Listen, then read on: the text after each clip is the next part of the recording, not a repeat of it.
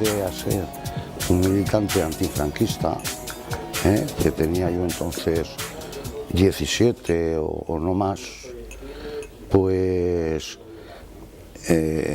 decidí decirlo en casa. Decidí decir, yo soy así. Mira, a mí me supuso un punto más dentro de estar organizado.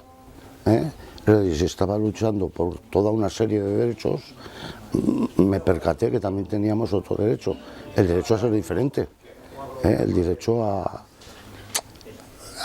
poder realizarte como a ti te parece que tenías que realizarte, que vivir. Esa es la razón fundamental. Y luego darme cuenta que no estaba solo, que había más gente como yo. Eso también para mí fue muy importante. Cuando me subí a Pamplona, pues empecé a conocer incluso travestis, gente mayor que llevaba su homosexualidad muy oculta y era bastante mayor, y sin embargo yo me acercaba a ellos, que me contaran, que entonces te contaban, pues hace no tanto entraron en los faroles, y se nos llevaron a casi todos a aplicarnos la ley de vagos y maleantes. Pues esas vivencias, esas cosas, a mí me supusieron, es decir, pues esto no puede ser así, esto no... Bueno, la primera que hacemos aquí parte, como os decía, desde la Asamblea de Mujeres y, bueno, un espectáculo, porque claro, en un pueblito nos conocemos todo el mundo y tenías pues todo un entorno de que ella está casada con aquel y mira dónde está, ahora resulta que no... Bueno, unos comentarios, por lo que solía haber a otros niveles, que era la señalización, ¿no? En vez de la participación, la observación de aquello, ¿no? Y luego organización más había a nivel de Pamplona. Pamplona fue todo el tema de EGAN, fue todo el tema de... se montó, yo creo que fue la primera provincia así de la parte de arriba, que se montó por mujeres y hombres juntos ya. Había algunas mujeres creo que era Vizcaya, pero normalmente se funcionaba desde el movimiento feminista o bien con grupos autónomos o dentro del movimiento se trataba. Pero en Navarra sí que fue la primera vez que se montó ya desde el principio, chicos y chicas. Luego ya hubo también sus separaciones y tal, pero buen rollito, hicimos cosas muy bonitas. Y hubo un trabajo muy grande de las propias personas, que podíamos igual tener la cabeza más abierta a que estas cosas... A raíz de que el feminismo avanzaba, Sí, y fue el feminismo el que marcó. Sí. Fue el que marcó el cambio, por supuesto, sin duda. Yo estoy convencido, vamos, seguro, convencido de que fue muy importante.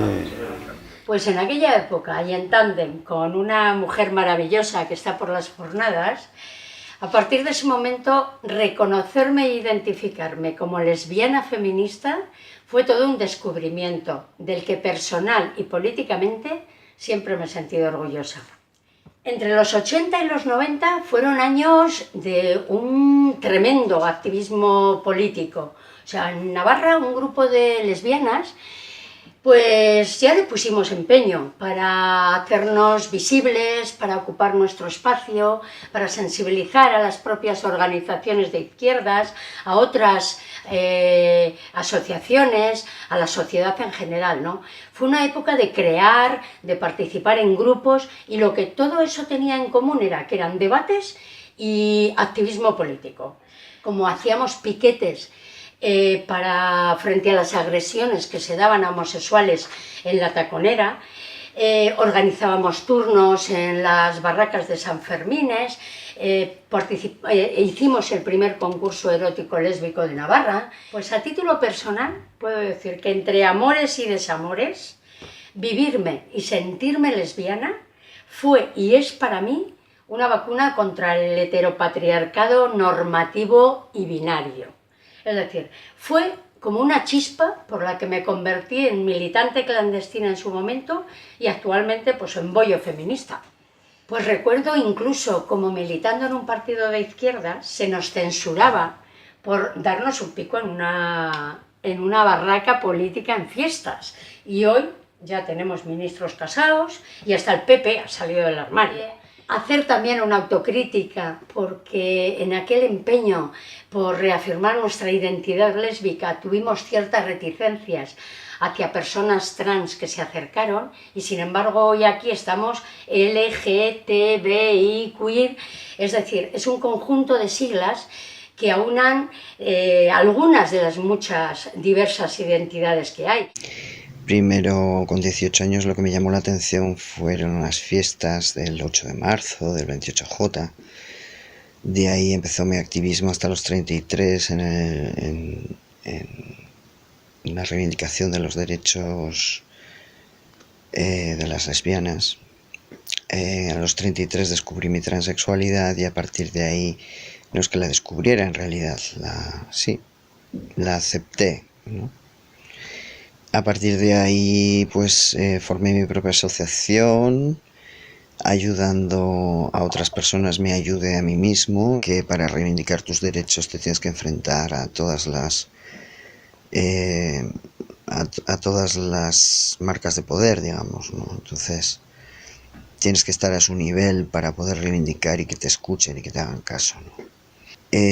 Han pasado 35 años donde la plena satisfacción está en el autoconocimiento, en el conocimiento de la sociedad tal cual es y en cómo todos podemos modificarla, ¿no? Trabajando y teniendo poderosas razones. Creo que el activismo viene en la sangre, ¿no? O sea, es algo que viene contigo y que no puedes dejar de hacerlo, es como una especie de veneno, como se suele decir, ¿no? Que se te inocula y te hace trabajar por los demás, para trabajar por ti mismo, también para ti mismo. Bueno, pues nuestra historia comienza en 1989, que nos vamos a Murcia, una cuadrilla de amigos gays, y allí conocemos a miembros del colectivo No Te Prives de Murcia. Ellos nos animan a que nos organicemos y nos hablan de Egan Vizcaya, que están activos y que nos pongamos en contacto con ellos. Bueno, pues llegamos, allí nos encontramos y decidimos poner en marcha lo que era Egan Nafarroa. Ellos nos ayudan y como no tenemos medio de financiación ninguno, pues ellos nos dejan el Chocolanda un fin de semana al mes y con eso empezamos nuestras primeras campañas. La primera campaña de visibilización que hicimos fue pintar con una plantilla, pintar triángulos rosas en el centro de Iruña, con todas las ganas de no estar en el gueto, sino de estar en las calles y de visibilizar nuestra homosexualidad y sobre todo nuestra lucha con otro tipo de colectivos, que para nosotros fue algo importantísimo, porque aparte de mostrar a la calle la homosexualidad y de que estábamos presentes, a nosotros eso nos hacía también crecer como personas, ¿no? Y encontrarnos gente que teníamos un poco las mismas necesidades y las mismas ganas de empezar a vivir en libertad.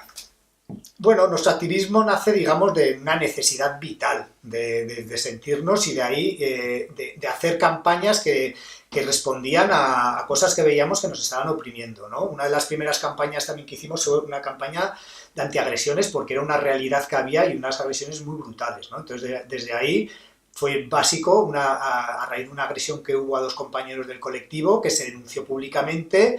Hubo una comparecencia en el Parlamento de Navarra por primera vez en la historia y de alguna manera eso nos ayudó también a visibilizar cómo, aparte de la discriminación que vivíamos, había agresiones muy potentes, ¿no?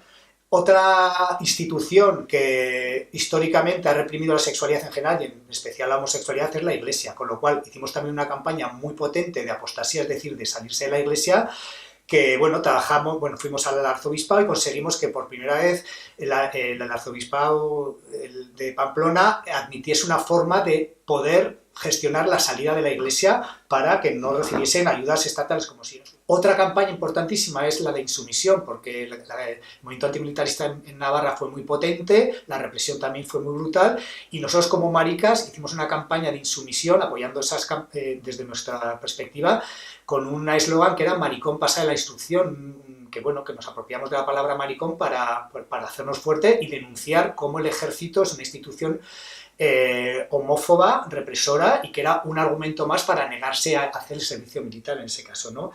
Otra campaña importante fue la boicot a las farmacias, que no vendían condones. Estamos hablando de los años 90, donde el VIH-Sida tenía una fuerza brutal y donde, bueno, había que posicionarse y había que luchar para intentar cortar esa pandemia. Y desde ahí, como movimiento, también nos metimos mucho. Y importantísimo también era el programa de radio que hacíamos, Que ni muerta estoy dispuesta a soportarte, en la Euskal Irratia, donde cada semana tocábamos temas, intentábamos sensibilizar a través de las ondas, pues, a la ciudadanía, ¿no? Ya en las propias manifestaciones, que a partir del 89-90, que hicimos la primera, aunque había habido antes algunas, pero nosotros no éramos entonces conscientes, han sido ya permanentes. Nunca, desde entonces hasta ahora, en Pamplona siempre el 28 de junio se sale a la calle, y no solo el 28 de junio la manifestación, sino que se organizan en torno a esas semanas actividades de charlas, películas, encuentros, que bueno, que eran para nutrirnos y para mostrar, digamos, todo lo que nosotros estamos trabajando al resto de Pamplona, de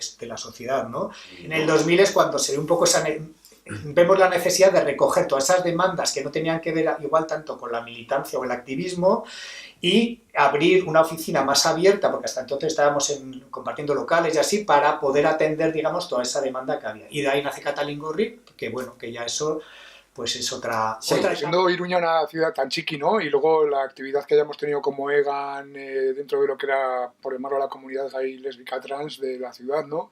Más o menos sí que habíamos hecho habíamos cartografiado un poco las necesidades que había o que veíamos que había, ¿no? Y que nadie trabajaba, ¿no? No pasábamos del activismo más puro, ¿no? A seguir siendo activistas y aparte pues a trabajar en un proyecto como era Katalingorri, ¿no? O como es Katalingorri. Para el desarrollo de la idea de lo que queríamos que fuera Katalingorri, nos fuimos a ver otros proyectos que había a nivel europeo, como podía ser en Ámsterdam, en Berlín, en Barcelona, y con ello hicimos como una especie así de cóctel y configuramos un poco lo que queríamos que fuera pues lo que es Katalin, o lo que era Katalin en ese momento, ¿no? Katalin nace en el año 2000, que es un año en el que nace en una sociedad navarra y bastante pureta, ¿no? Pero que bueno, a la vez ese año es cuando se aprueba la ley de parejas de hecho y adopción, ¿no? En contraste. Y bueno, y eso despierta también dentro de la derecha más rancia, despierta una campaña mediática, social y política, pues bueno, pues con la intención de tumbar todo lo que fuera progresista y de libertad que habíamos conseguido, ¿no?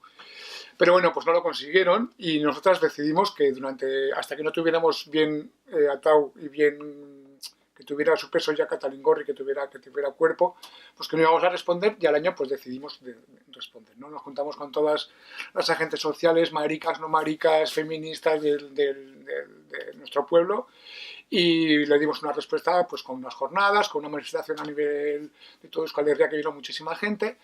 Y bueno, ya pues continuamos con otro trabajo de Katalingorri, que era pues desde un observatorio antidiscriminatorio, un espacio súper importante de crecimiento para las personas LGBTQ, sin estigmas, donde pudieran desarrollarse en el afecto también, en el encontrarse con las similares, con ayuda judicial si hiciera falta, psicológica, y sobre todo desde el minuto uno ha sido mediante la manera autogestionaria, porque no hemos tenido más que en cosas muy concretas, bastante estigmatizantes por el gobierno de Navarra en aquellos años, ayudas económicas, ¿no? Ha sido bastante mediante la autogestión. Cuando digo autogestionario no solamente es algo económico, que también, porque ha sido mediante las cuotas o el trabajo que se ha hecho en las barras que hemos puesto en Sanfermines. No, me refiero también al hecho de que ha sido de una manera voluntaria y por grupos como Hilo Toledo, Lumatza y Egan, ¿no? Y otras individualidades. Katalingorri nos ha brindado y nos brindará la posibilidad al ser un espacio de encuentro de diferentes realidades LGBTQ, de aprender entre unas y otras, ¿no? Desde las lesbianas, las transexuales, las bisexuales, las maricas, ¿no? Un espacio de encuentro y de aprendizaje mutuo, ¿no? Eso es una cosa que creo que es muy importante.